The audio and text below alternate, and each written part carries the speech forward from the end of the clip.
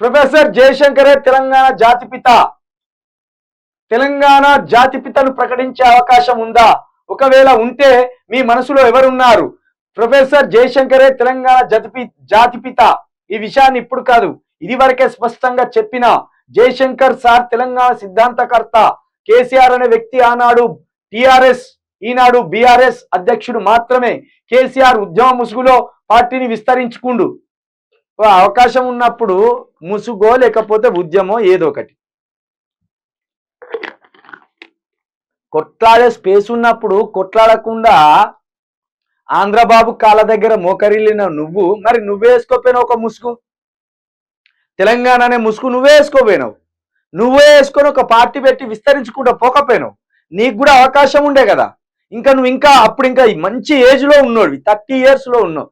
30 years 32 years ఉండొచ్చు నీకు ఆ ఉద్యమం జరిగేటప్పుడు. 40 years లో ఉంటావు. కొట్లాడడానికి బాగా శక్తి ఉన్నాడు. మరి నువ్వేసుకోపోయినావు తెలంగాణ ముసుగు సిగ్గు లేదు. ఇప్పుడు ఆ ముసుగు వేసుకున్నందుకే తెలంగాణ వచ్చింది. తెలంగాణ వచ్చినందుకే నువ్వు ముఖ్యమంత్రి అయినావు. ఎట్లా సిగ్గు అనిపించలేదు అసలు పొంతాను లేని మాటలు మాట్లాడడానికి. ఇక అధికారం చేపట్టిండు, ఆస్తులు సంపాదించుకుండు. కేసీఆర్ చెప్పిండు బీఆర్ఎస్ పక్కా పొలిటికల్ పార్టీ అని, తాను పక్కా పొలిటీషియన్ అని. కేసీఆర్ కు తెలంగాణ సమాజానికి ఎలాంటి సంబంధం లేదు. అసలు తెలంగాణ లేకపోతే నువ్వనే ఒక ముఖ్యమంత్రివే కాకపోదు. ఏ జెడ్పీటీస్ దగ్గరనో ఎంపీటీస్ దగ్గరనో ఆగిపోతుంది. తెలంగాణకు కేసీఆర్ సంబంధం లేదంటే తెలంగాణ వచ్చేదే కాదు.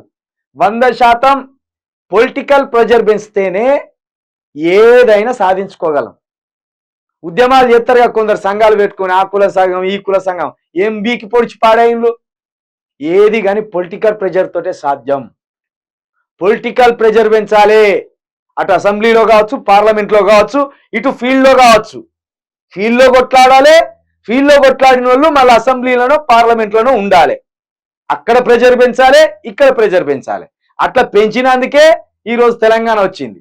కేసీఆర్ పొలిటికల్ ఎజెండా పట్టుకొని పొలిటికల్ జెండా ఎత్తి ఫీల్డ్లో ప్రెజర్ పెంచి, పార్లమెంట్లో ప్రెజర్ పెంచి, అసెంబ్లీలో ప్రెజర్ పెంచినందుకే తెలంగాణ వచ్చింది. లేకపోతే తెలంగాణ రానే రాకపో. కనీసం పొలిటికల్ ఐడియాలజీ లేని మూర్ఖుడు రేవంత్ రెడ్డి ఈ సమాధానాన్ని బట్టి అర్థమవుతాను. ఐడియాలజీ లేదు.